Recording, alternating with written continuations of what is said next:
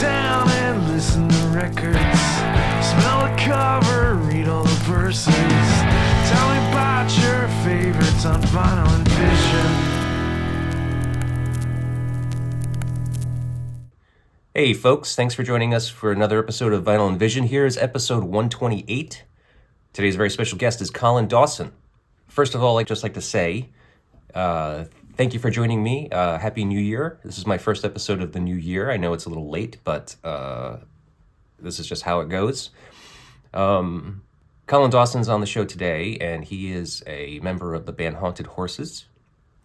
For those of you who are familiar with Haunted Horses, very excited to speak with Colin because they're such a great, interesting band. Kind of described as industrial or maybe post-industrial noise punk, little goth in there, and but very excited to speak with him. Turns out Colin is a very cool, not surprisingly, very cool guy.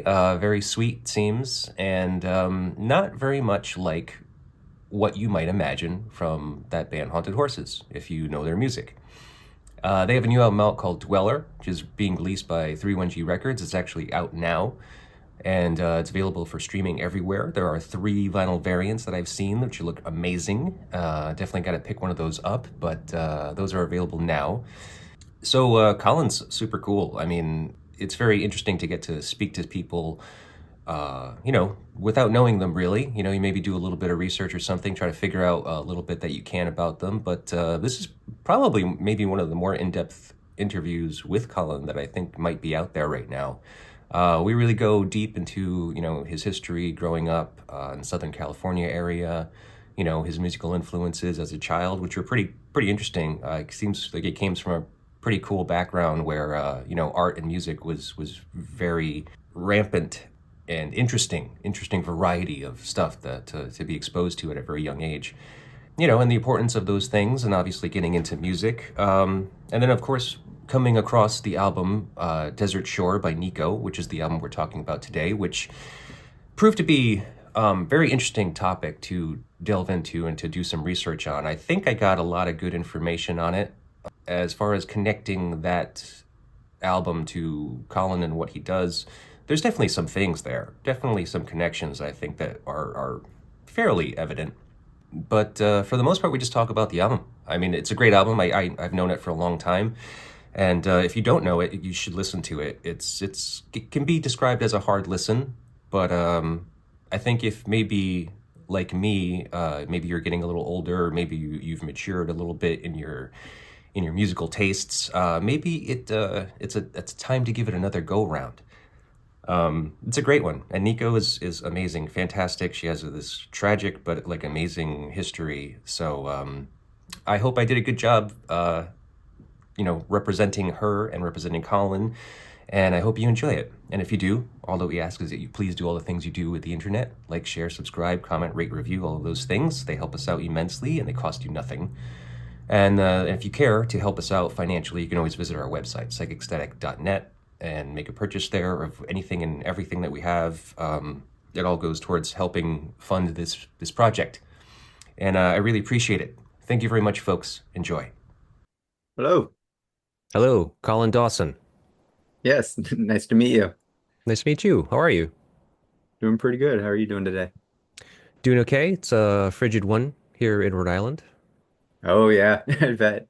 Yeah, it's feeling like 4 degrees outside. Oh damn. It's Yeah. like I think we're in the 40s here in Portland, Oregon. Really? Oh, you're in Portland, Oregon. Yeah. Oh, cool. I thought you were in Seattle. I was in Seattle for about, I don't know, like 13 years, something like that. And then about 3 years ago, my wife and I moved down to Portland, Oregon. Cool. That's great. Yeah, I'm fond of Portland. I have not been there in a while, but I plan to be there sometime soon. nice. Yeah, my brother lives out there. He's actually been there for probably as long as you've been there. Awesome. Yeah, I love it. I feel like it has a lot of what I initially moved to Seattle for. Seattle kind of exploded, got more expensive, and I don't know, running around different areas of the city. So Yeah. landed here in Portland, Oregon, closer to family, and it's been really nice. Great Well, food, great music. yeah, and very weird. Yeah, definitely weird. That's cool. Um, so I mean, actually, that's kind of a great place to start because I haven't found very much about you. I did a little bit of research, not too much, and so I kind of wanted to know like where did you come from originally? Like where were you born and raised?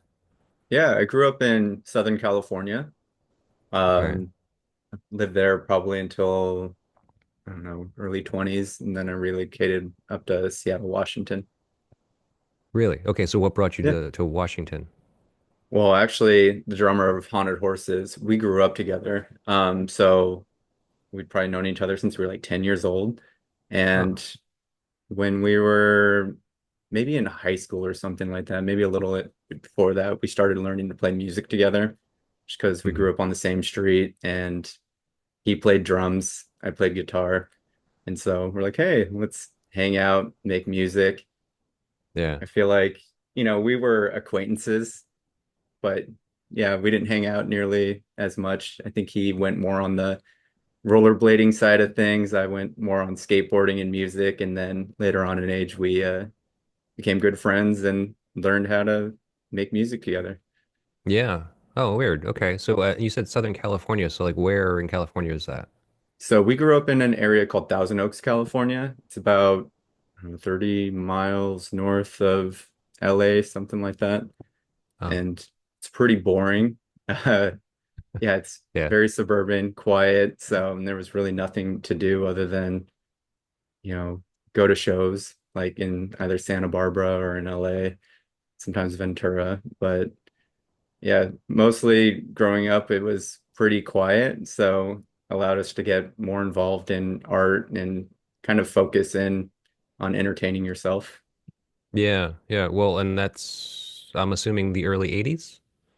Uh, yeah, probably like mid 80s, 90s, early Right. 90s. So Yeah, you're a kid of the 80s, so no internet, yeah. you're kind of off to your own devices. Yeah, pretty much. Yeah. Well, so what was like music and you mentioned art too, so I mean like what was music and art like in the house for you? Like growing up, my parents listened to a lot of like new wave music and things like that. I think I was in my mom's womb when she was like going to X concerts or Cure concerts. So like I definitely grew up around a lot of sounds that became, I don't know, very influential on a lot of creative output.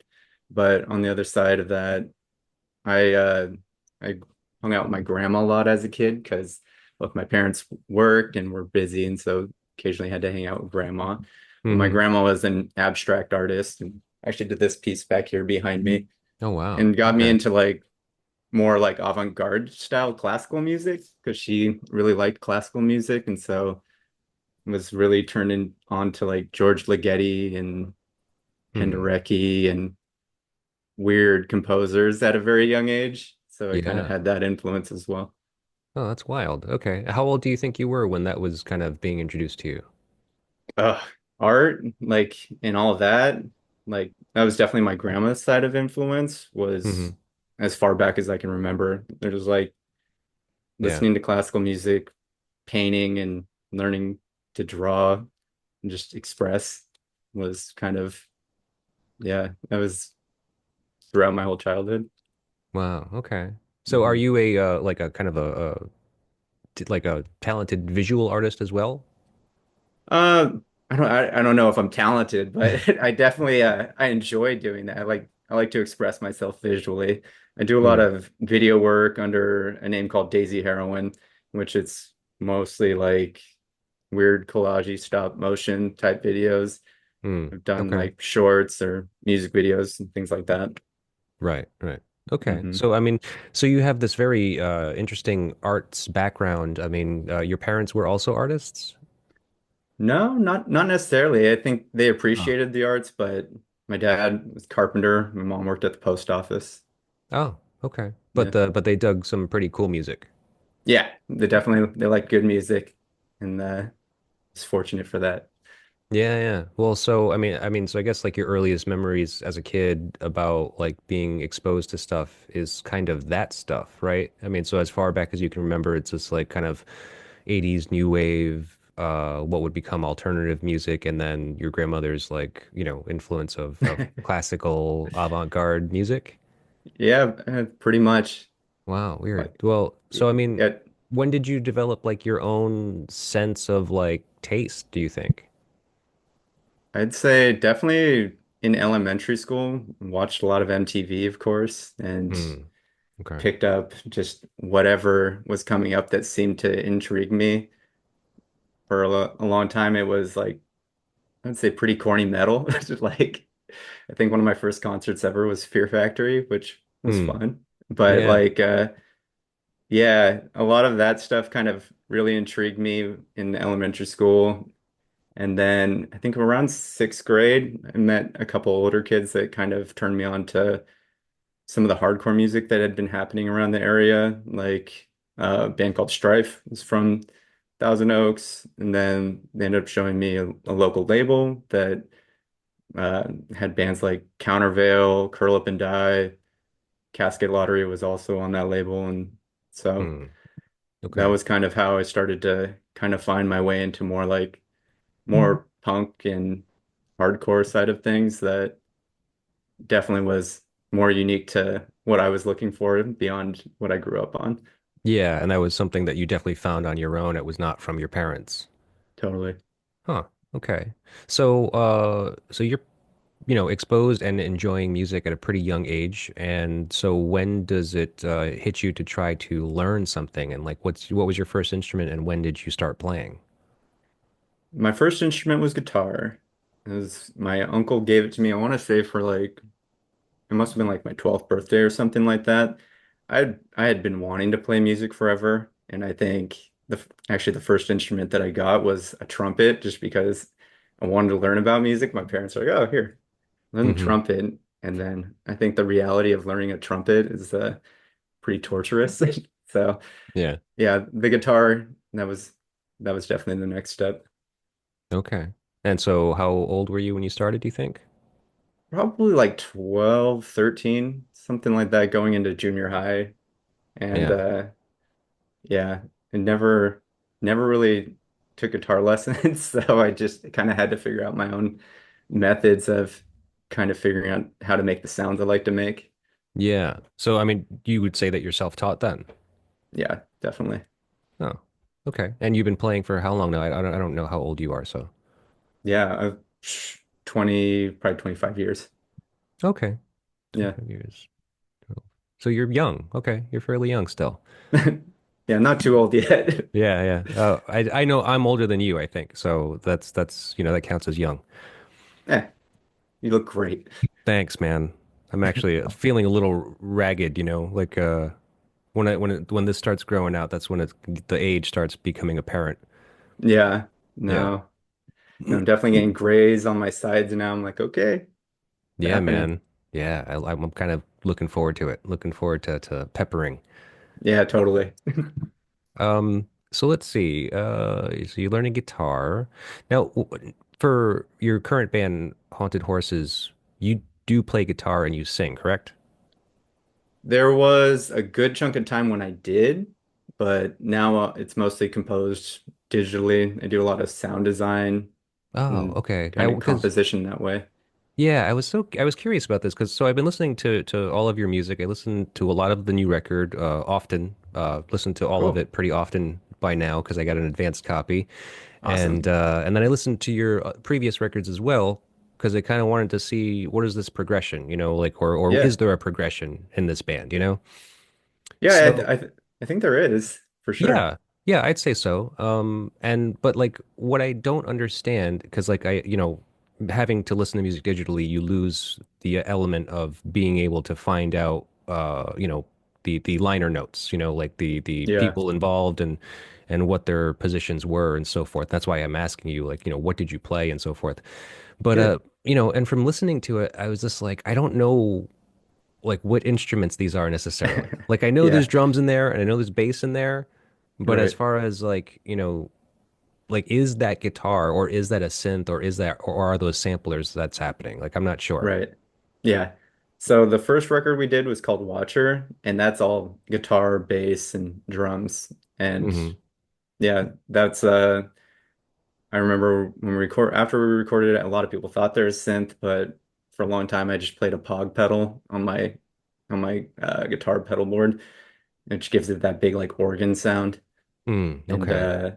then I feel like during that time we were writing, and then we started to deconstruct some of the songs that like there's a song on there called Children of Light that was the first time where I think I put down the guitar and then it's like I sample something on my I had a line six pedal and then like a looper pedal.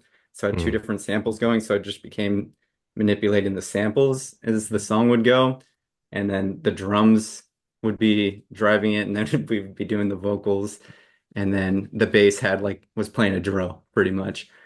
And so it kind of mm. created this more industrialized like cacophony of like it's like I don't know, it was a weird sample based collage of a song which I think started to become more of the format that I personally wanted to start to embrace a little bit more.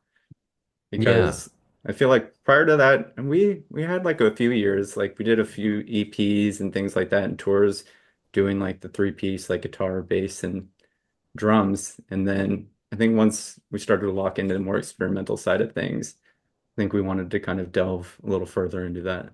Yeah. So when the band first started, you kind of didn't necessarily have any intention to be considered or experiment with industrial music necessarily?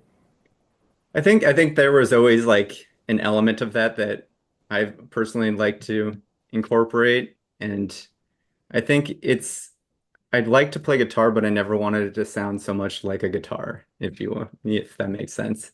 Sure. Like I didn't want anything to feel like just like overtly like rock or something like that. So Right. there was always kind of an essence of like deconstructing it, but trying to find keep it minimal but make it like catchy in its own unique way. Yeah. Well, with that being said, I think that you're pretty successful in that regard because Cool. because the music's good and it is catchy. I mean, it definitely grabs you. If you're a fan of rock music in general, I mean, obviously, like the new record specifically, I know kind of fits into the noise rock realm, but also kind of industrial, maybe even goth realm. Sure. So for anyone that is a fan of any of those genres, it's something that you could, glom onto. But yeah, unique in that way that like I didn't even necessarily know how the music was being created. Yeah. I, Well, I think that's good. no, I think so. It's too. I mean, it's a great record. I didn't know you guys before. Justin reached out to me about it, and I was just like, yeah, I'll definitely listen to it. And then when I did, I was just like, oh, this is interesting because it's like I kind of picked out some elements that I was just like I could latch on to some bands. Like I was just like, it sounds a little bit like Daughters, or it sounds a little bit like Mets, or it sounds a little bit like I don't know what I was thinking at the time, Bauhaus maybe a little bit. Cool. Yeah. Yeah. I mean, I guess those are kind of influences on you, correct? Yeah, all for the most part, yeah. Hmm. No, but so, scheduling this moment to speak with you now and kind of about an album specifically, which you can consider influential and important to you, you choosing Nico's Desert Shore. Oh yeah, How definitely. how did you come to that conclusion?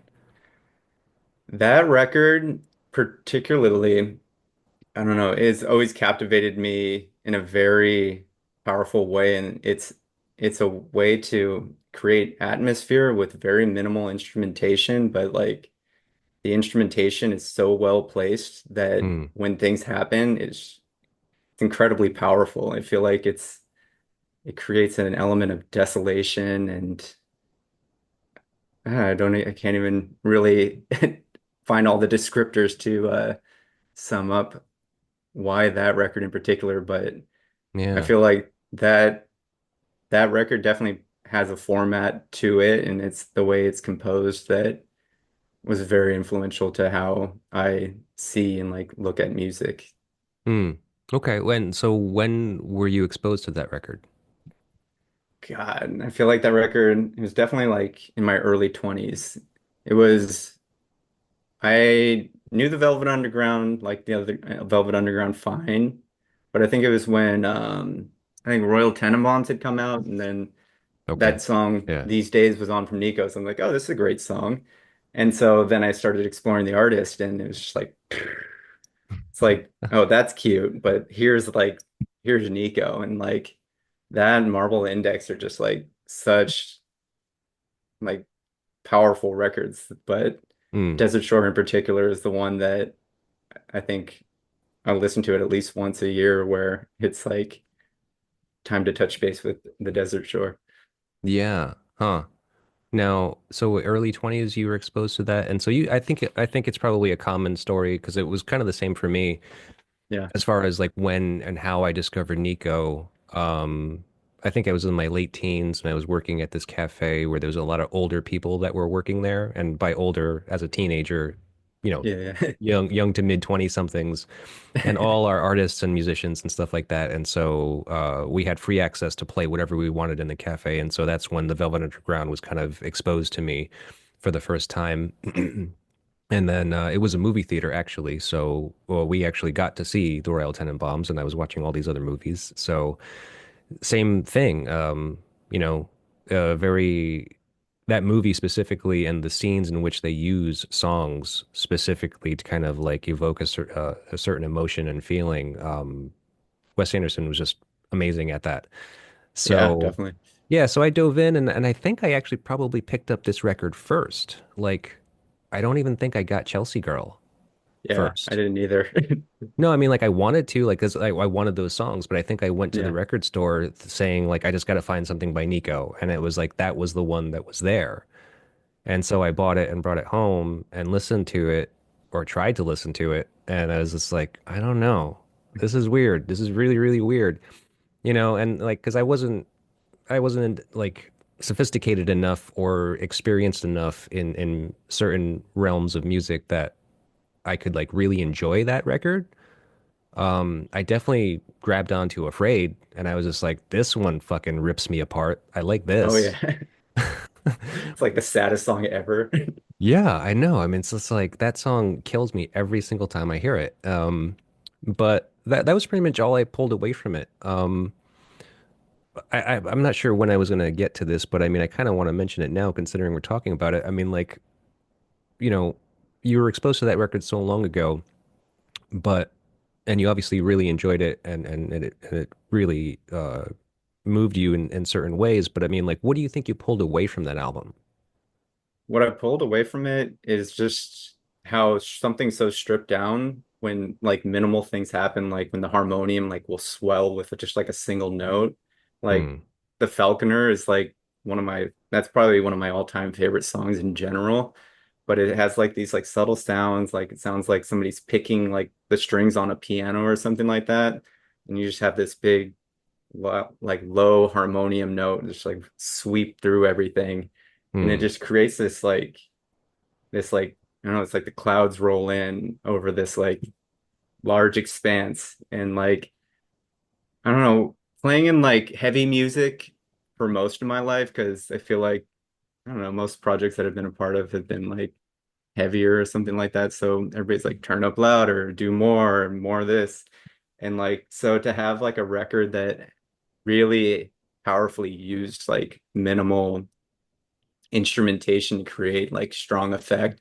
Like I don't know, that has always resonated with me. Yeah, it's true. I mean, that's good observation. I don't know if you made that when you were in your 20s or if you made that more closer to where you are now. No, I mean that's I definitely find new appreciation for it every time. I think my initial listening to this record was it was complicated at first, but Yeah. I was drawn in by the harmonium in general. I feel like the sound of the harmonium and its droning was something unique that I had not really encountered in a lot of music. And I don't know, it has just a unique beauty to it that just resonated with me. To this day, Yeah. I want one someday.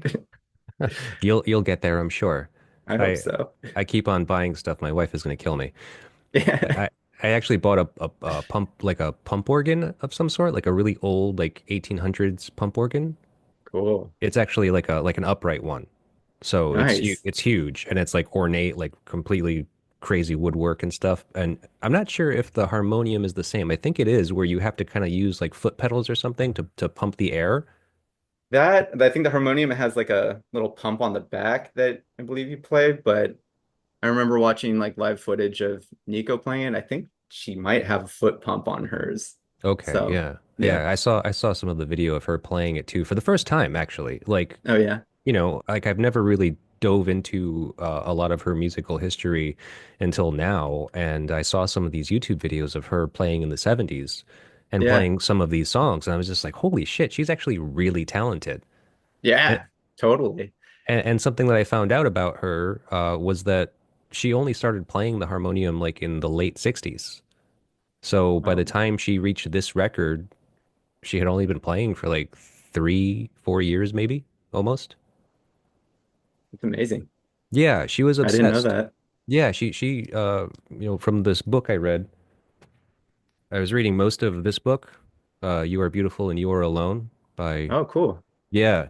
Um, I think it's a fairly new biography of hers, by Jennifer Otter Bickerdike, I think you pronounce that. Hmm. Pretty good book. And Uh, there was something in there. I forget who it was, but it's pretty detailed as far as like, you know, who she was living with at moments in her life, and I forget which Warholian she was living with at the time. That was just like she was insane. She was play the thing all the time. I'd come home and she's just like playing it, and it's just like the most annoying Right. thing, you know. But Yeah. but yeah, Yeah. obsessed. So it's pretty impressive. I mean, I feel like it translates. I feel like her approach, or maybe it's just her unique way of playing it.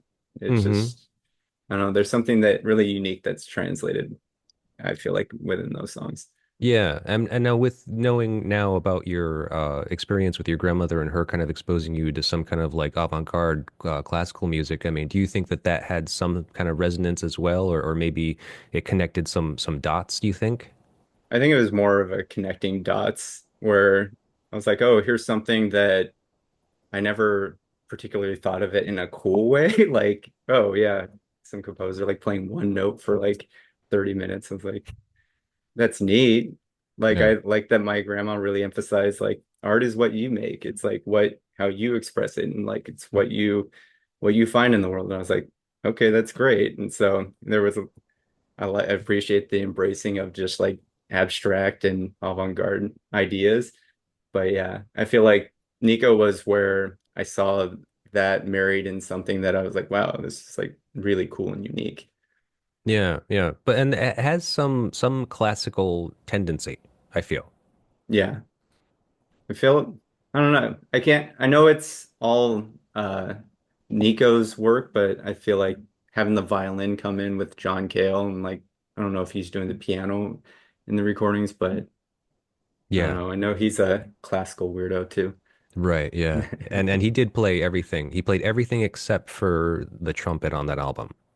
Oh, he didn't he played the harmonium as well? No, I'm sorry. Okay, I was gonna Nico played all of the harmonium and vocals, but he did everything else minus the trumpet. yeah. Yeah, I think that makes sense Yeah. because I So think he does this similar I think on uh Marble Index and I think the end as well. yeah, yeah, there was the trilogy of the Hmm. John Cale and Nico collaboration, I guess you could call it. Totally. Okay, well, okay, so I found this. I found this from the Quietus website. There's a quote, it says, quote, some of the material had also been conceived as part of Nico's collaboration with the French filmmaker Philippe Garel, with whom she had been living in Paris's Montparnasse Hotel. I don't know if I'm saying that right. Sorry. In a black painted room devoid of heating and electricity. His film featuring her, La Cicatrice Intérieure, uh, translated The Inner Scar, was filmed in the deserts of Egypt and America. A still appears as the cover image for the album. That didn't really describe the recording process of the album, but it does set a scene for like where she was at the time in her life, and Right. also just to go a little further in detail into that moment of her life. This was particularly the worst period in her life as far as like developing her heroin addiction was concerned. Right. But so can you tell me about the setting in which your new album Dweller was born into? Oh yeah, sure. Our record, I feel like we started writing it pretty soon after we finished doing The Worst Has Finally Happened, just because we found a good flow of writing. And so we continued. And so half of it was written while we were still in Seattle together, and the other half of it was written while I was here in Portland, Oregon, and our drummer Mike is living in Denver, Colorado. Oh, So he created this whole get quiet for a period of time, and then we were just kind of sending tracks back and forth of here's some bass and notes and sounds that I'm working on. He would send over drum riffs that he's working on, and then we would start to collaborate and then make new songs, which is a fun way to do things, but I think we were both going through like a lot of adjustment, both moving. I think we both lost our jobs around that time, and so we were like having to find new employment and going through big life changes. And but yeah, I feel like the goal of that record was to try to capture trying to trying to face fear, I guess, in a weird way. Like to kind of confront that which, whatever keeps you from doing whatever you're actually wanting to be doing, or whatever your utmost aspiration is. Like hmm. to honestly and with pure courage just pursue it. And so I don't know if we achieved that through the record, but that was the goal that we were working with, the Yeah. concept. Well, Yeah. so it was challenging too because now with you guys having separated from each other, geographically, and then having to hmm do the file sharing thing as opposed to what I imagine before used to be just kind of banging it out in a room together. Yeah, definitely. That was a massive change for us because we were very consistent, like 3 days a week at least. And I think we just liked hanging out and making things. So it Hmm. kind of had to restructure how we operated, Yeah. which, yeah, it's a little slower, but I think we're more intentional with how we spend our time when we do get together and, putting shows together to make sure that we keep productive. Yeah. Well, so and with that being said about being separated from each other and doing the file sharing thing, I mean, how long did it take you to create the album? Let's see. The album was probably started probably late 2022, and then I think we recorded it in March 2023. So Hmm. it wasn't, yeah, probably like 8 months, I'd say we were working on it. Oh, okay. But kind of like at your own timeline, like your own kind of like free will, like you weren't really tied into studio time or something like that. No, we completed writing all the songs, and then we booked our studio time and knocked that out in about, I don't know, like 4 days, 5 days. Oh, okay. So, Yeah, all right. Interesting. So I think that that's about how long this album took. I think they actually took yeah, 4 days in the studio to do this record. Um, nice. Now, so I was curious, like, so I got a little bit of your history and your background. You grew up in Southern California. Um, I was listening to your new album, and you are the vocalist, correct? Yeah. Okay, so when I was listening to it, I think at times I heard some accent on the vocals. Like there was some inflection that I was just like, I don't know if maybe he's foreign or something, but he has like this thing that is a little Nico-ish where it's like I don't know if you know what I mean. Uh, I don't think I have an accent. Well, I mean But like I what? Go I ahead. know I think how I sing is probably more influenced on I feel like singers like Nico or like Nick Cave definitely like work to project above like the music. And I feel like maybe that's a technique that I aim to try to use as well. Right, right. Yeah. Okay, so yeah, I'm just kind of curious. I mean, like singers are all weird as far as like, where they kind of develop their kind of voice from because it's not necessarily your speaking voice in some cases, Right. and in some cases like it really doesn't sound like the person like Yeah. when you get to know them like at all. So it's interesting, but I felt like like maybe there was something a little Nico-ish influence there for you. Um, or I didn't know if it was just literally like, you had some kind of background I didn't know about. And I was just like, maybe that's what kind of helps, create that Yeah. inflection. No, nothing like that. I think mostly trying to, the music's really loud and trying not to totally scream, but kind of sing, but in a loud manner. Yeah. You don't consider yourself a screamer, really? I do some screaming. Yeah, I've you been known to do do. some screams. Yeah. But I mean, does that come natural to you? Oh yeah, I feel like I grew up in a lot of, I did like punk and hardcore bands prior to this and things like that. Yeah. But yeah. Okay. So here's a little of an interesting thought.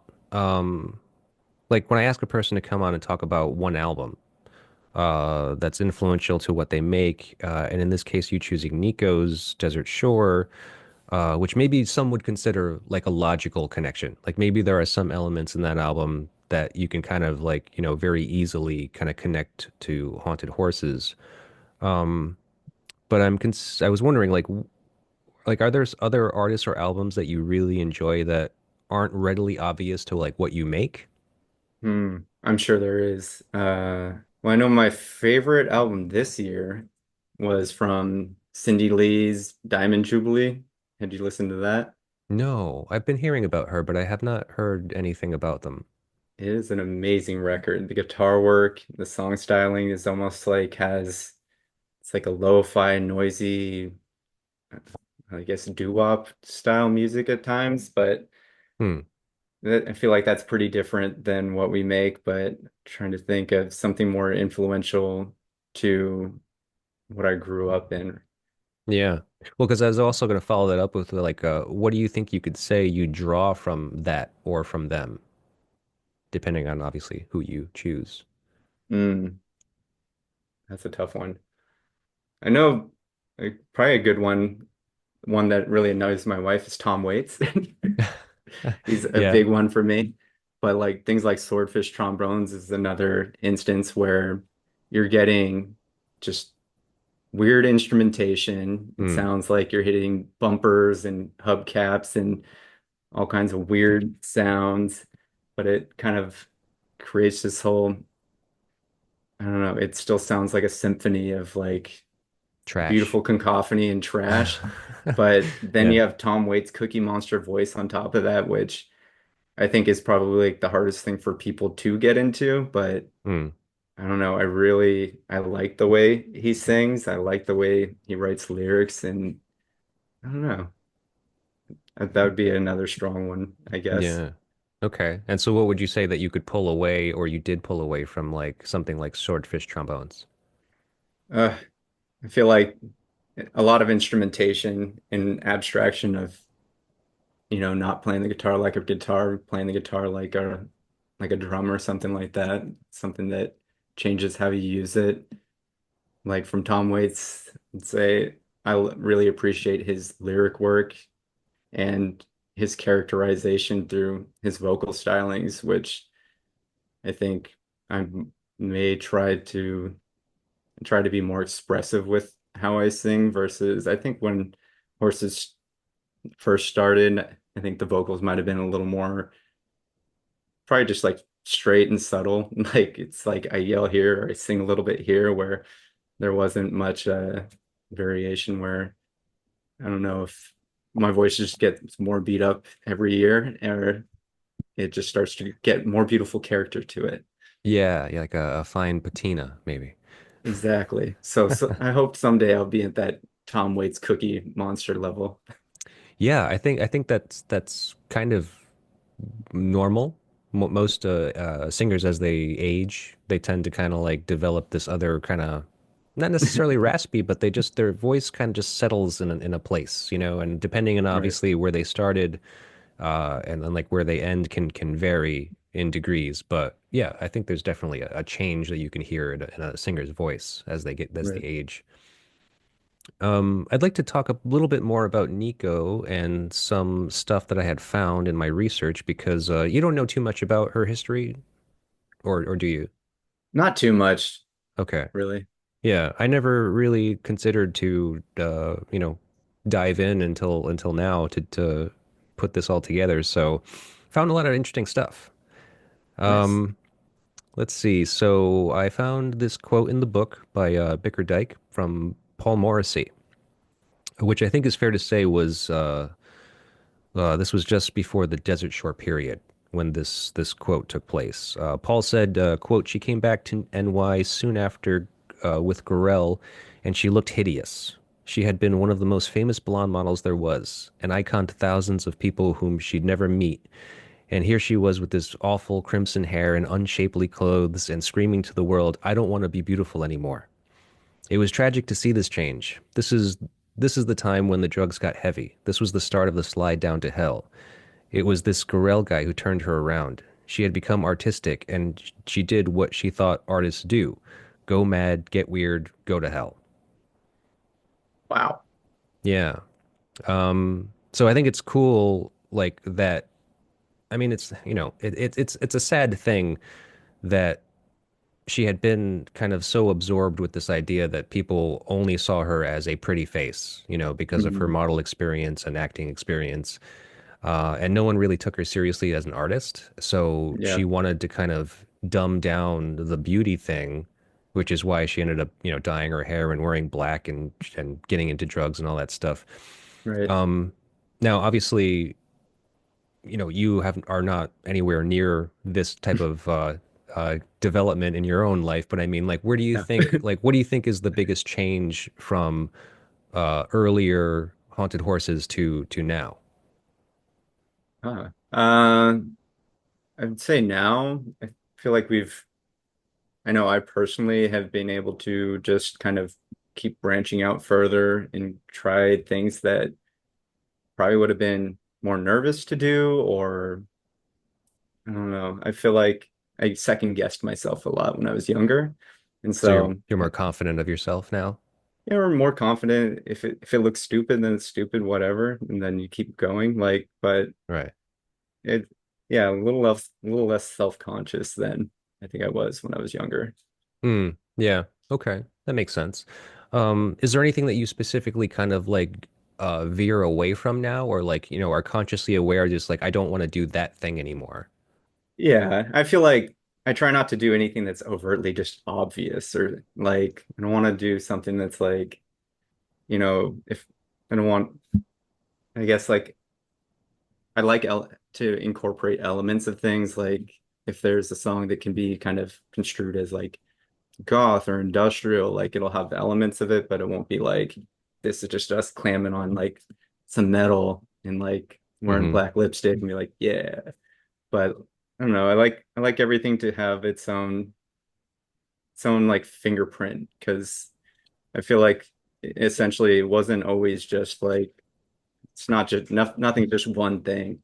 Like I was never just like just into goth or just into punk or just into hardcore. Like I like to have everything that's kind of that have been interested to be kind of amalgamated into something Hmm. that or try to let it create its own form in some sense. Yeah. Well, I wonder how that is for you because I mean, like with you saying that you're kind of more uh, concerned and consumed with sound design. Hmm. Like what is that process like for you? Because I'm not familiar with the whole design sound design thing, and obviously the Yeah. instrumentation you use is a little different. Yeah. I don't know that maybe it's not sound designs per se, but it's definitely playing with like it's in the box working with just my audio equipment, recording samples and manipulating the sounds until it becomes something that sounds like what I'm hearing in my head for the song. And Right. so uh yeah, sometimes I just have the keyboard plugged in, I'm working with violin sounds, and then I'm running that through like distortion, or then I'm just stretching the wave out until it becomes just like this long droning sound. Hmm. So I do a lot of experimentation with that just to, I don't know, try to create something that isn't so like, oh, that's a violin right there, or that's an organ sound right there. Like, Right. so it's a bit Well, of abstraction. yeah, you got me. There's no guitar. That's right. Job well done. Um, but so I mean, how do you feel like that? Like, so if you're working with a synthesizer primarily and like, samples and then like distorting them in a way, like how do you feel like where does the like the pattern come from? Like or like I like from my idea or my understanding of like songwriting, you kind of start with like a stem, like a little like a riff, right? So I Yeah. mean, like what is your concept of what a riff is or do you start with riffs? Actually, that is a big change in this record compared to the other records. This record, I started with bass before I did any sound work or created any weird samples around it. Hmm. So I would create a tempo, I would play some bass riffs that were intriguing to me, and then usually I'd send that back to Mike over in Denver, and he would Yeah. play with that, do And some Mike's the drums. drummer, right? Exactly. So we'd kind of get something that had some kind of an idea of the song there, and then we would finesse it, edit it, say we need a new part in this area, something needs to happen here. Hmm. But yeah, previously to that, we had a record called Dead Meat and the worst has finally happened. Both of those were just fully sample based, just hitting samples to drums, and no bass was written with it at all. So it was a lot more chaotic in the writing, Hmm. but we added bass for the worst has finally happened like probably a few months before going into the studio to record it, Yeah. and found that that was pretty necessary because the bass helps anchor in all the noise that's happening around in the song, Right. which yeah. Yeah, I think that that's like the hardest part for me to wrap my brain around it as far as like if I'm trying to approach your music as a songwriter, I'm like, Mhm. how did you get here? Because it's like, listening to the final product and like hearing the drums and the bass work together, but then hearing all of that kind of like ambient noise or I don't know, however you want to describe that you're adding to it. I mean, like that always like confused me because I'm just like Right. you need something to anchor this down. And if you're starting like with the noise, how do you create like the kind of medley of it all, you know? You know, I wish I knew how we did it. Like, it was literally just hanging out in Right, the practice space, just making noise and right, making parts, and then we're like, oh, I think this is what this song is about, and this is what I'm gonna be yelling over it. And right. so, yeah, this one it was decidedly that I knew that I wanted to incorporate bass, which is why we went back and ended up incorporating bass on The Worst Has Finally Happened before we went to studio for that.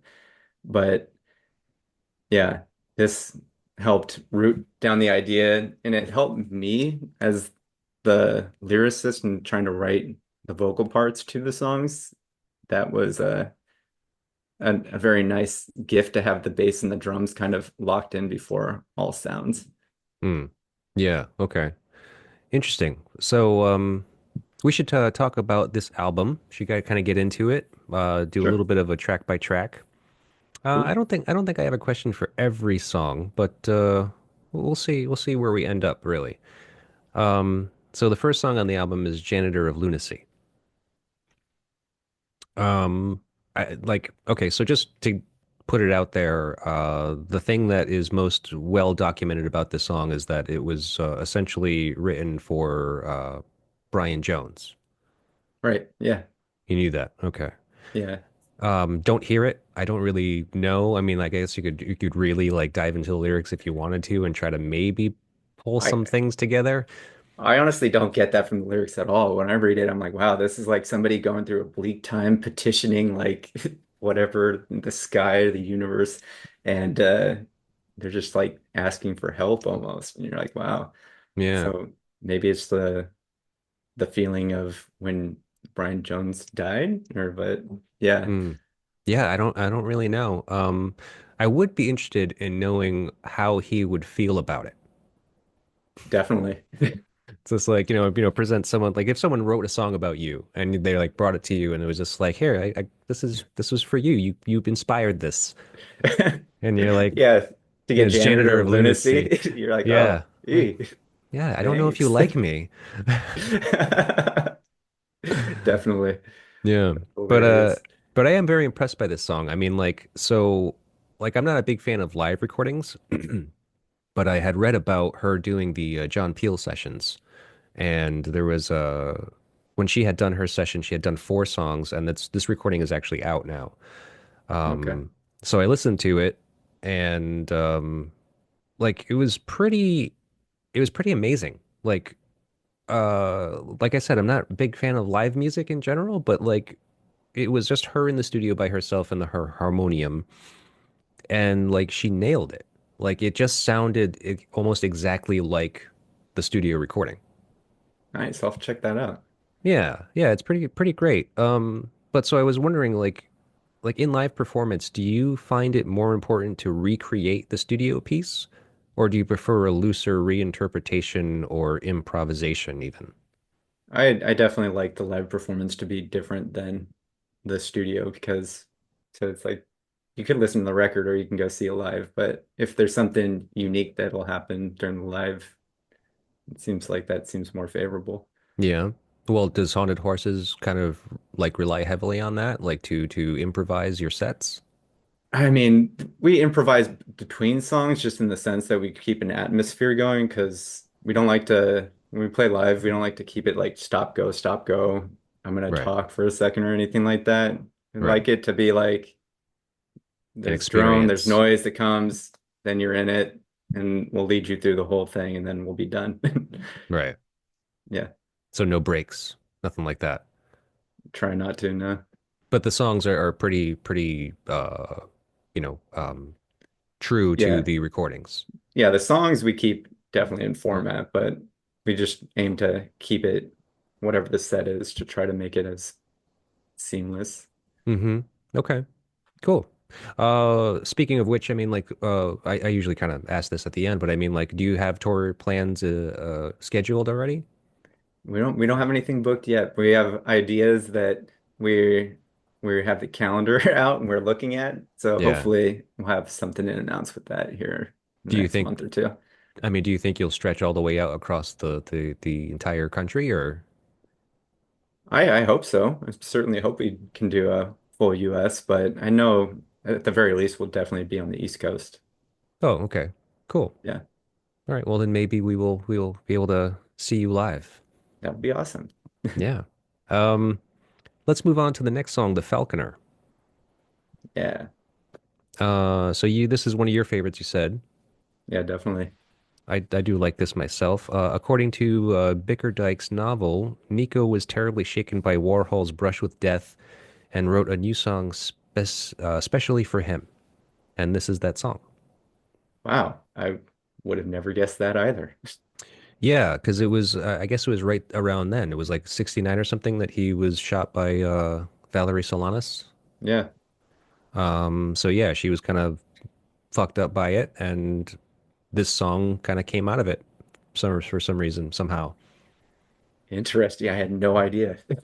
Yeah, I mean, and lyrically speaking, I think that like you can make it out. Like Yeah, if you like, kind of sit with the lyrics and kind of listen to her, in Nico's poetic broken English, I love it because like, I would never thought about that until now. Was this like this is a woman that speaks 7 languages and English yeah. was never the first language, but here Hmm. she is singing in the language and it's just like it's beautiful and she conveys these great stories and so forth. But I mean, it's just like I can only imagine that like some of the choices, like the word choices, were not necessarily natural. Right. And listening to them as like a primary English speaking person, some of it sounds a little weird. You think? Hmm. Yeah, I guess so. Like, I'm still trying to think of the lyrics to how that relates to the Andy Warhol incident. Oh yeah. Well, But there's yeah, a lot of silver imagery. So yeah, like the still releasing, silvered in, yeah, releasing the emptying the silver cages or something like that. flooded silver cages. Yeah, yeah, yeah. Yeah, And so I just kind of imagine like her remembering the factory and how like, he had like wrapped the whole room in aluminum foil or whatever it was. Ah, interesting. Yeah. But so obviously she loved and respected him. And I was wondering, can you tell me, is there or has there been somebody who championed you early on into your career? Horses? Like, Yeah, haunted horses.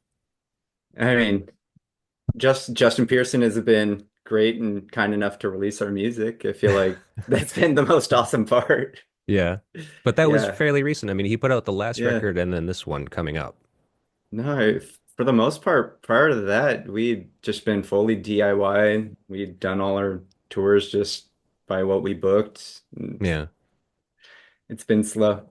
And Yeah. so, no, his help has been greatly welcomed. Mm-hmm. Okay.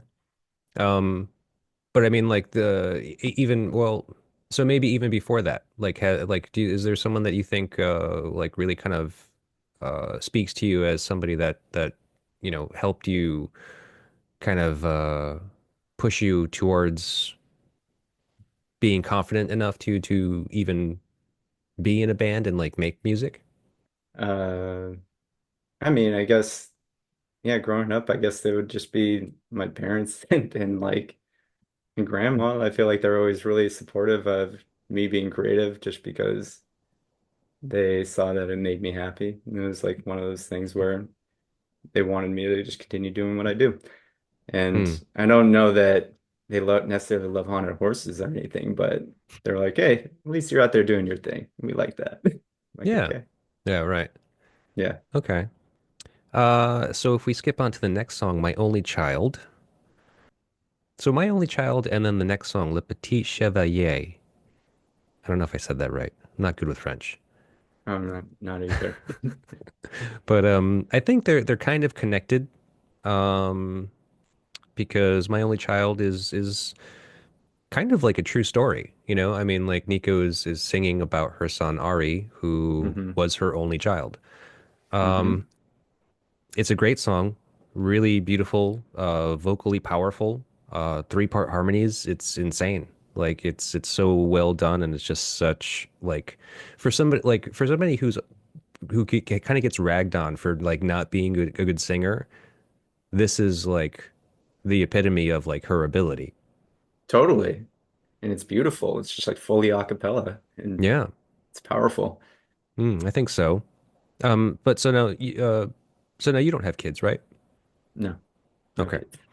So it's hard to speak of her relationship with her son, uh, because, well, by all accounts, she wasn't a great mother. No. And like, unfortunately, I mean, it's one of those things where, as an artist, you kind of have like, I think she kind of, I mean, you can call it narcissism or you can call it like self-indulgence, but I mean, like, as an artist, like, you kind of have to do whatever is best for you and kind of follow anything that you get as far as this like you have to do gigs, you have to like write music, you need time to do these things, and you kind of have to do it at your own like leisure, really. Yeah.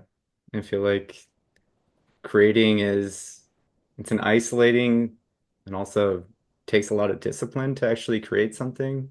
Right. But Yeah, but unfortunately, I mean, like, you know even from her time with the Velvet Underground, like you can see like pictures and videos and so forth of like Ari being like a toddler in right, their yeah, in their jam rooms and like their practice spaces and stuff.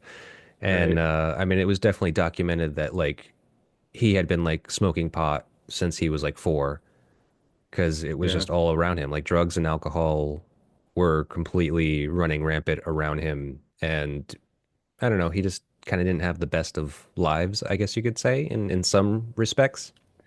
Yeah. That makes sense. It seems like it'd be a hard environment to grow up in. Yeah, I mean, like, but I think all in all, like, I think she did the best that she could. She definitely had moments where she let him go. Like, he did a lot of he was raised a lot by his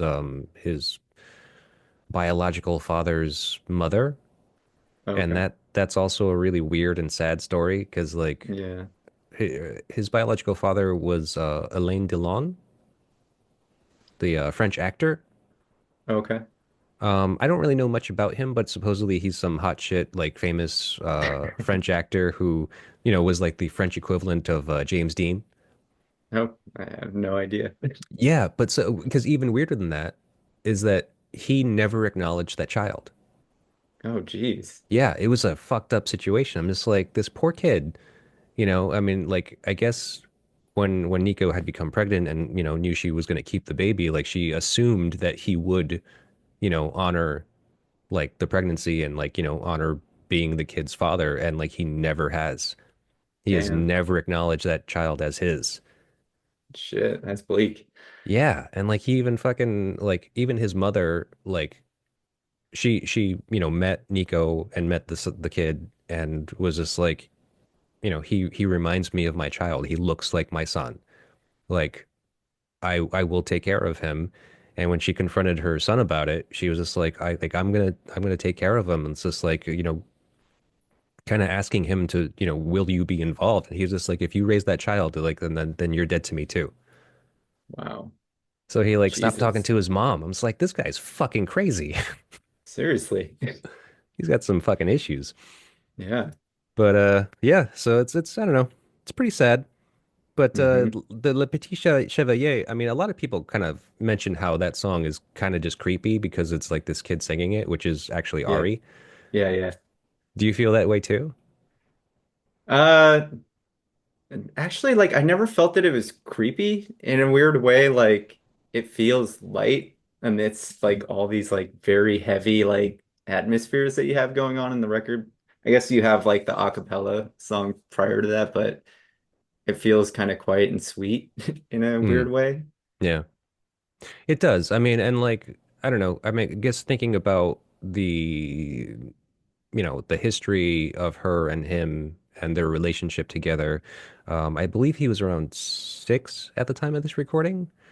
Okay. Um, and her kind of trying to assimilate him into her life. Like Right. even though, she's obviously not doing well, she's obviously, kind of strung out on heroin and so forth, but wants to maintain a relationship with this child.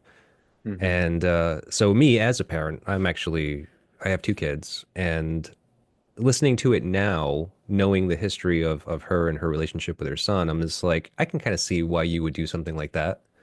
Yeah. Like kind of documenting your at least some sweet memory of your child when as a little kid because it goes away.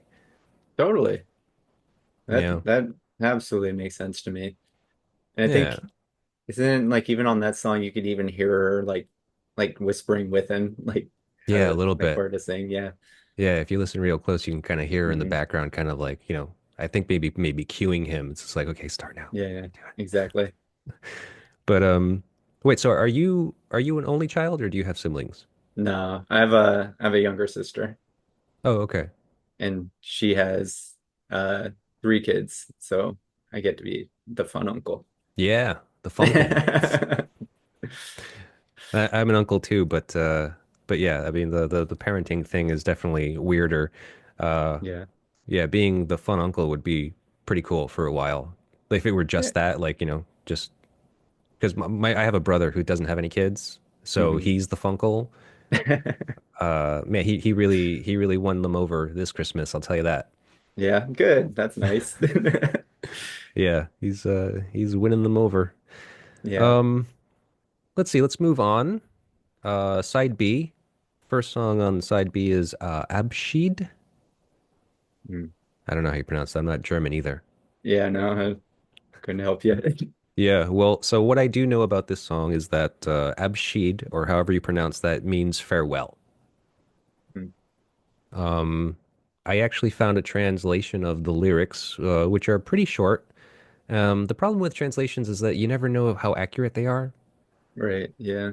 I think that kind of sucks that like you kind of need to understand the language in order to get a better grasp on exactly what is being said. Hmm. But I do think it's interesting. Like, obviously, you didn't read this book. You don't know too much about Nico's history. But do you realize or did you notice at any point that this album is a particularly personal record for Nico? Um, not not particularly. I Yeah. feel like there's definitely something to the record that feels like it comes from a place that is probably deeply personal, if not something deeply painful. Yeah, right. I think Because that's exactly right. I mean, and so even though I don't necessarily know what this song means, I mean, it obviously deals with somebody's death, and not in a from this loose translation that I have here. It's just like, it's very typically Nico, where it's very abstract. right, Um, love it. yeah, yeah, but I mean, like, so in some way, she is saying goodbye to somebody in this song. Uh, And I guess musically you can it kind of sounds that way. Like I don't know if you would even kind of consider this as like some kind of like dirge or something. Oh yeah, it's definitely dirgy. It's got that Yeah. like boom, boom, like thing to it, and like yeah, it's the intricacies of this part of the record are like really unique and like it almost feels like you're like on a ship rocking back and forth, being like you're just like the thing being thrown between two things or something like that. It's like there's big force throwing you around within it or something like that. Right. Yeah. And I guess that kind of leads to maybe making the observation that she is kind of the godmother of goth in some circles. Some people call her that. I, I I I would give her that. I'd definitely say she's uniquely terrifying. Yeah, yeah. In her very weird, beautiful way, she's terrifying. Absolutely. Um, but so maybe one of the connections we can make about this song and maybe most of the B-side actually, um, the song being in German, it's actually kind of uh connecting her to her past. Right. She was German, I believe, by birth. Was she born in Cologne, I think? I'm not sure where she's born, but I thought she was born in Germany. Yeah, yeah. And around the time of World War II, her father was actually part of the military and died serving. Um, her past is very shrouded in mystery. There's like Right. Yeah. multiple accounts, like even her birth date is like under question Interesting. by years too. It's not even like, oh no, it was January or it was March. It was like 38 or 43. I'm like, Wow. dude, that's weird. I love But it. yeah, and so and even the way her father died was is like there's multiple accounts of like what happened. Like he was serving and had was wounded in the head by a sniper shot Hmm. and was semi-vegetable like, and so a commander put him out of his misery and like killed him, you know, wherever. Wow. Some say that he was hospitalized and just kind of like lived the rest of his life as a vegetable or something like that. I don't know. It's just it's Damn. we don't know exactly all of Right. that, all of the details of her early life, but I think that's what most of these songs are, and like why some of them are in German. Mm. Okay. Because I mean, like I listened to almost all of her other records, but I mean, did she sing anything else in German? Maybe I don't one think there's song on anything the on. end. I think there's a song on the end that's in German. Isn't like Deutschland, Deutschland or something like that on Oh, that it's actually like record? the German national anthem, I Something. believe. I think Something there like might be that. one or two on the end, but I don't think Marble Index has anything like that. Yeah, Yeah. nothing later that I know of. Okay. So this is kind of her like kind of coming back to her roots, I feel. Hmm. That's a neat observation. I was kind of always curious about or interested why things shift, but never really thought of it under that scope. Yeah. Well, unfortunately, I do a lot of you know, research and deep diving into these things, and I ended up learning all of these things, and I try to share what I learn. I appreciate it. Let's see. Let's move on to the next song, Afraid. So, I love this fucking song. Yeah. It's just, I mean, honestly, it is the top of the list of my sad music playlist. Yeah. It's the It's where it belongs. Yeah, I think it's the top three. I don't know if it's the first. Yeah. Um, a quote from Warhol from his Popism book says, quote, Nico was a true specimen, among other things. She thrives in the gloom. The gloomier she could make the atmosphere around her, the more radiant she became. End quote. Yeah, she is she's a great worker of dark music and themes. Yeah. So I wanted to ask you, are you a fan of sad music? Oh yeah, definitely. I feel like my whole life was like, oh, how sad could it get? Okay, so you latched onto this song pretty quick. Oh yeah, this is definitely the first one on the record that I gravitated towards. And I was like, Okay. whoa, because I don't think I've ever, there's great songs that you come across in your life, and this was definitely one of them that you're like, oh, that one like hits like in a very particular way, especially like when you're younger and you're like, oh God. Yeah, Yeah. yeah. And now you said something kind of interesting where you said how she seems dark, right? Like you kind of have acknowledged that she obviously comes from a very dark place, and maybe even the majority of this record hits you as being very dark. Yeah. Um, I'm shooting off the cuff here if you couldn't notice, but like, what is it about like dark music? Like you obviously are a fan of dark music, and maybe even let's kind of go towards the easy the easy category of like goth music.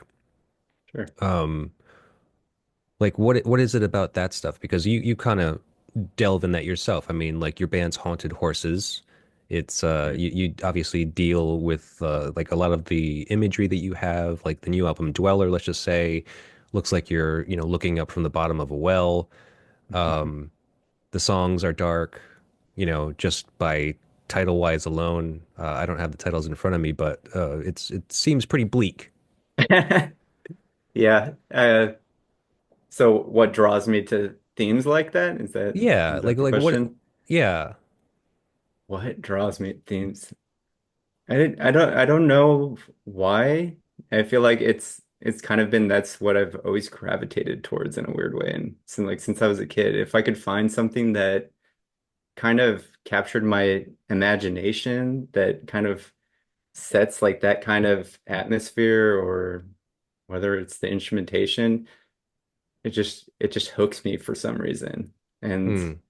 it's been like that through like whether it was books when I was a kid or movies, anything that kind of had something that was maybe it's like the idea of something that is other than what is typically shown, or maybe it's some kind of otherness to it that, I think maybe society doesn't focus too much on like themes like this, where I feel like, you think of top 40 music or anything like that, it's usually some kind of uplifting or something, some kind of harmonies that are agreeable. Hmm. Everything is meant to kind of hold hands and like fit Right. together very, very closely. Where I think, I don't know, I don't know, it's like when you find beauty in something broken, or something that's like, it gives that's its unique character to it, that I don't know why. For some reason, that's just the themes that have always kind of I've gravitated towards. Yeah. I mean, and you would say that they're dark, Yeah, probably relatively. but you don't seem like a dark person. You don't seem like a sad or kind of like angry person. No, no, I don't think so. I feel like I like a lot of, huh, how can I say it? I don't know. I've just always been drawn into just, I think, dark, creepy shit that like Yeah. Well, I'm, some people are. I mean, like I honestly, you know what? I haven't really thought about it, but yeah. talking about it with you now, I'm just like, Yeah, what the fuck is that? Because, I there's know, plenty of people that do it. I mean, there's plenty of yeah, people that have had that kind of like imagery or like, artists and musicians and so forth that kind of deal in this kind of realm. I know that there's some aspect that I've always thought about that. I feel like, I grew up, my mom I feel like was showing me scary movies since I was like maybe like as soon as I could like watch TV or something like that. So I definitely No. grew up watching creepy movies. But like if I ever found something that was creepy or something that didn't sit well, I feel like something that I remember learning from her and my grandma, and probably both of them emphasized because remember when I was young, I was really afraid of The Exorcist. But like they kind of instilled this idea of something is scary because we don't understand it. And Hmm. so usually that's an invitation to try to understand it. And I think maybe it's concepts like that that really resonated with me. And so like when there was anything that was weird or just like creepy, there was just like this longing to understand, to kind of want to get closer to it. Hmm. Okay. And speaking of your grandmother, I mean, you mentioned that how that piece behind you she had made, and Yeah. that looks, from what I can see of it, I'm only seeing a portion of it. I mean, it looks pretty creepy. Yeah, Yeah. it's pretty creepy. Is that a portrait of a sort? No, she was really into abstract painting. And so there's like a lot of texture and just, I don't Right, and it's know, all black and white, and it does all kind of look black and like a white. face a little bit. You getting some face in there? I'm seeing on my left side a kind Oh of a yeah. profile of like a nose, mouth, a kind of a sharp chin coming jutting out, you know? Well, I can kind of see that. But I think when I'm looking at it, I'm kind of seeing like a little bit of what was the 90s McDonald's man? Moon Man? Yeah, yeah. Uh-huh. Something like that. That's creepy as fuck, sure. Yeah. Always on my shoulder. Yeah. So I mean, so she obviously, kind of dabbled in some of the darkness too. Yeah, I guess so. I think Um, probably from Catholicism or something like that. I think she mm-hmm. was Catholic. Okay. That Yeah. explains a lot. Yeah, sure. All right. Well, that's cool. I mean, so just I'm sorry. Like I'm just picking your brain apart. Oh, So no worries. I'm just it's very interesting to think about that now because I really didn't think about it before. You know, Yeah. I like I mean, mean, I hadn't either. yeah, I'm not a very like I don't consider myself like goth at all or really a huge goth fan, but I definitely do like some of it. Like, I think Bauhaus is great. I really Yeah. like a lot of their music. Um, who's another one? Maybe the fuck, what are they called? The Wedding Present? Is that what they're called? Nick I don't Cave's old know. band? Oh, the birthday party? The Birthday Party. Oh, that's I like always get one of them my confused all-time with. favorite bands too. Yeah, I mean, and that's pretty goth stuff. That's very dark. Yeah. I think I kind of come from a similar like background. Like I like some goth. I don't like all goth music per se. And like I don't really consider myself goth. I think when I was Yeah. younger, I definitely wore some fishnets, did some lipstick, but I think I don't know. I think I like just being into weird shit. Mm-hmm. Okay. Sounds good. Let's move on to the next song, Mutterlein. Mutterlein. Think, Another German song, and this one is actually the German word for mother. hmm, So you have a okay. good relationship with your mother, it seems. Yeah, Okay. definitely. Yeah. This song is basically about Nico's mother, who just before the recording of this album passed away after dealing with a long, long, uh, I don't know exactly how long, but I mean, it was pretty long life of mental illness. Hmm. I think she was actually even, is it right to say that she was committed? Oh, was she? I believe so. Okay. Um, so yeah, it was pretty difficult relationship I believe she had with her, but based on again another loose translation of the lyrics of this song, I think it's again just another really personal admission of her relationship with her in her weird poetic broken English, or at Yeah. least the translation seems like broken English because it just doesn't. I don't know if it makes perfect sense. Oh, right. So yeah, considering your mother is alive and well and you guys are happy, there's not really much I can connect this to you. But again, it's this that personal touch to this album that is that I didn't realize until, we decided to talk about this and I started to get into the research that like, how troubled her life was and like Hmm. and then how personal this album really is. I mean, it's just like it's always just kind of been a little weird and creepy to me. Uh but yeah, it definitely has kind of taken on a different life for me, I think. Nice. I mean, I hope I'm not ruining it for you. I hope like, sharing these bits of information doesn't kind of color it differently for you. No, if anything, it's starting to kind of put some pieces together because I'm actually terrible at researching like anything like in regards to like artists that I like. I'm always just like, oh, that's some good music, but I don't really know much about like the artists that I really like other than their pieces. Right. But yeah, whenever you get some background, you're like, oh wow. Like, I don't know, it kind of makes the record make a little more sense. Hmm. Yeah, I think so. Well, I'm glad that you think that way.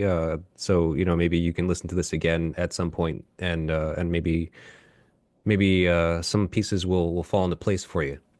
Yeah, definitely. Speaking of which, do you own a copy of this? Oh yeah, I do.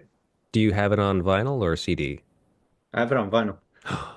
Is it a new reissue? I think it was reissued in the 2000s. I think it was like Four Men with Beard. I'll grab it. Okay. Hmm. Ah, look at that. Yeah, Four Men with Beards, I think reissued this like Mm-hmm. I'm not quite sure when. Yeah, early 2000s, I think. Yeah, it looks like 2002. Yeah. Okay. That's cool. So you got that recently. You No, owned. I actually bought this like probably around that time. Yeah, yeah. Oh, okay. But Yeah. oh wait, so was that the first copy you ever bought? Yeah, Oh, okay. definitely. It's very worn towards the corners here. It's Oh, I like see. it's traveled all around with me. Cool, cool. That's all right. Because yeah, I mean, you said you got into it when you're early 20s, so I mean, that's when that album came out around? Yeah, 20, what was I? It's 2022. That puts me at 20, I think it was 2020 or 21. Okay. Oh, okay. So yeah, Wait, we no, I was 18. That's the year I 18 in graduated high school. 2002 was it? Yeah. Okay. So so interesting. So I mean, so the first copy you got was on vinyl. I would have assumed that you would have bought like a CD copy. No, I got into vinyl when I was in high school, and it was because there was a local band that put out a record, a 7-inch, that I was like, oh, sick. And I got it, and then it's like, oh, we don't have a vinyl player. I have to figure out how to play this. Oh, that's crazy. Ah, Yeah, so you've been a collector. Well, I mean, it's maybe not fair to say the collector, but I mean, you've been buying vinyl since you were in your 20s. definitely. Yeah. Oh, cool. You have a big collection? Uh, Not too big. Like, I definitely probably have maybe a couple hundred or something like that. Yeah. It's definitely tiny compared to some friends that I know that like actively collect things. Right. Yeah. Mine just kind of looks like a collage of just things that I've gotten into that I'm like, I want to get this whole discography of like this artist or whatnot. Yeah. You obviously respect the vinyl format. Oh yeah, I love it. Best way to listen to music, do you think? Definitely. I feel like there's, I don't know, something about listening to a record on like, it's like you just sit down, bring out the jacket, read the lyrics, hang out, just like flip the record. It's like there's like that's like the most romantic way to listen to music. Like Mm. that's how I feel like about reading a book. It's like you get like an actual book you can sit down and read, and you're just like, This is like what it is to like love this. Right. Yeah. Yeah. It provides a different kind of respect and relationship to the music. Hmm. Plus, you hear things a little differently, I think. Oh, totally. Huh. So yeah, the best way to consume Haunted Horses is to buy the record, if anyone Oh was yeah. curious. Oh, definitely. I don't know. I don't know how else you should listen to that record. Yeah, yeah. Well, it looks great too. You don't not you're not necessarily, or are you fond of like the colored variants and all that stuff? Oh, the like the variants. Yeah, I think they were super cool. Right. We had a lot of fun picking those out because we wanted one to kind of represent like the darker side of the record, how it starts. And we have like the white version, which is like the Temple of Bone, and then the last one, which is Dweller in the Abyss, and then Mm. going into the light. Oh, okay. So they all tie in together really with the album. Yeah, subtly, but yeah, Yeah. it Yeah. was a loose concept that we had fun with. Right. So that means everyone has to buy all three. Yeah, obviously. All right. Well, let's move on to All That Is My Own. It's the last song on the album. Um, I have a little bit of a thing here, and it's gonna maybe be a little far out, so try to stay with me. So All That Is My Own. I'm not exactly sure what this song is talking about. Nor was I able to find anything pertinent from Nico directly about it, as far as like, what it's lyrically about or even the writing process of it. But what I gather from the title connecting some of her past experiences that I've read about in this book is that this could be a summary of sorts of like what she's experienced up to this moment in her life. Like, she had this wild and influential relationship with Jim Morrison. Were you Hmm. familiar with that? Yeah. A little bit? Okay. Yeah, I Well, think I saw that in like the Nico Icon documentary or something that came out oh, okay. like multiple years, maybe it's like 10 years ago or something like that.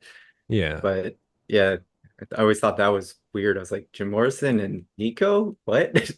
Yeah, yeah, he had a huge influence on her, actually, really Yeah, massive impact on her. He was actually very supportive of her and actually was the first person to told her that she should write her own music. yeah. So he's pretty great actually, in that regard at least. So yeah, so her relationship with Jim Morrison, wherein at least one documented account, they had traveled into the desert and took peyote. And she had said, quote, Jim took drugs because he wanted visions for his poetry. It's like people in the office who drink coffee to help them work. It is really the same, end quote. Love it. Yeah. And this album being a very personal one, I mean, could you say that like Dweller tackles any personal issues, or is all your own in a sense? Interesting. Um, I mean, I guess in a sense, I feel like the idea is trying to get over whatever, personal or whatever self-conscious fears that one may have, like to truly emerge as their true selves. I feel like, Hmm. I guess that concept is kind of there. Yeah. So who or what is the Dweller?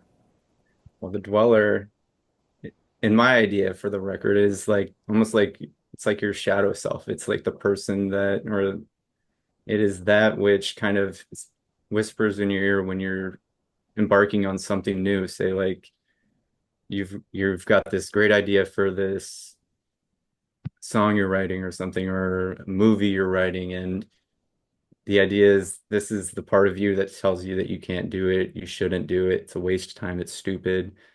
Anything that kind of is that nagging part of you that prohibits you from doing what you want to be doing. Hmm.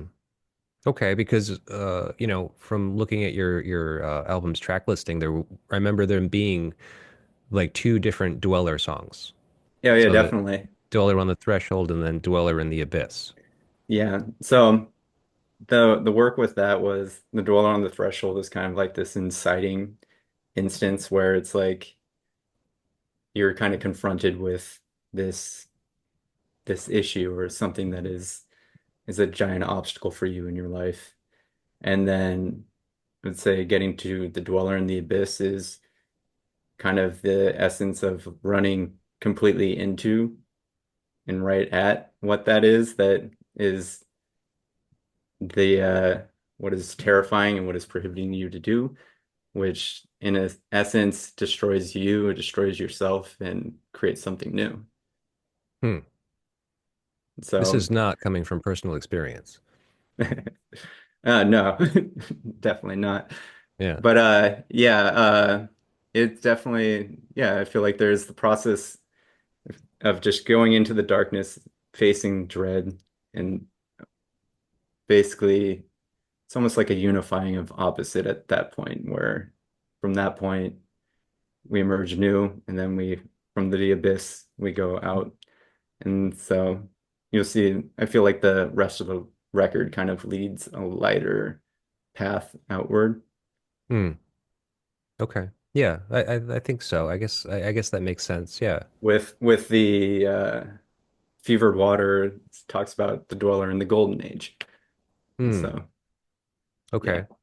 Yeah, the lyrics I haven't been able to grasp completely. I don't have any written format for them to read Okay. along with the songs, but yeah, I mean, at least for the musical aspect of it and that feeling, I could see that happening. Yeah. It's a great album. You did a great job. Thank you very much. Thank you for listening. No problem, man. I'm thankful that Justin turned me on to this and that he sent me a copy. And I'm looking forward to seeing exactly what you guys end up doing in the future because I mean, considering the discography as it is and like, what you guys are doing, I'm sure that you'll come up with some other equally great stuff.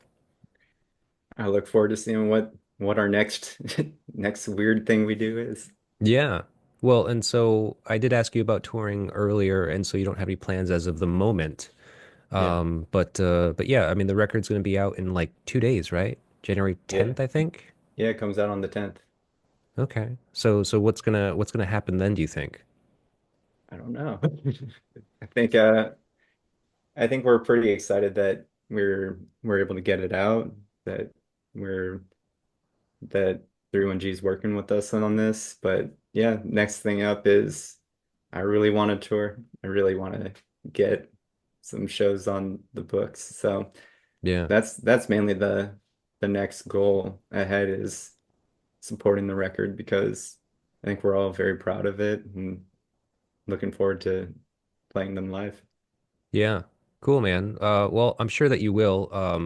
You know, you have a lot of touring experience. You guys have a lot of have done a lot of touring with some pretty notable bands. So I have like no doubt that you could probably come up with a pretty decent tour pretty quickly. Yeah, hopefully so. Yeah. Yeah, I'm happy to hear that you might come over onto the East Coast because I definitely want to try to check you out. Yeah, that's the goal. We haven't had a chance to be over there since we were there when everything shut down for COVID. Oh, So yeah. that was a weird tour. Right, So right. hopefully it's time to get back over there. Yeah, I hope so. Well, keep in touch. Let me know how that goes, and best of luck with the record. I'm really looking forward to everyone else experiencing it, and possibly, hopefully, picking it up on vinyl because they look like, you know, as is with all of Justin's, releases. I mean, the records look great. I think that's something that he really, you know, pays particularly close attention to. Totally. No, we appreciate it. Justin rules. Yeah, man. Great. Well, it's great meeting you, Colin, and I hope to meet you out there in the real world. Likewise. Yeah, thanks for having me. Absolutely, anytime. Vinyl and Vision is a psychic static production. Theme song written and performed by Jeff Robbins of 123 Astronaut.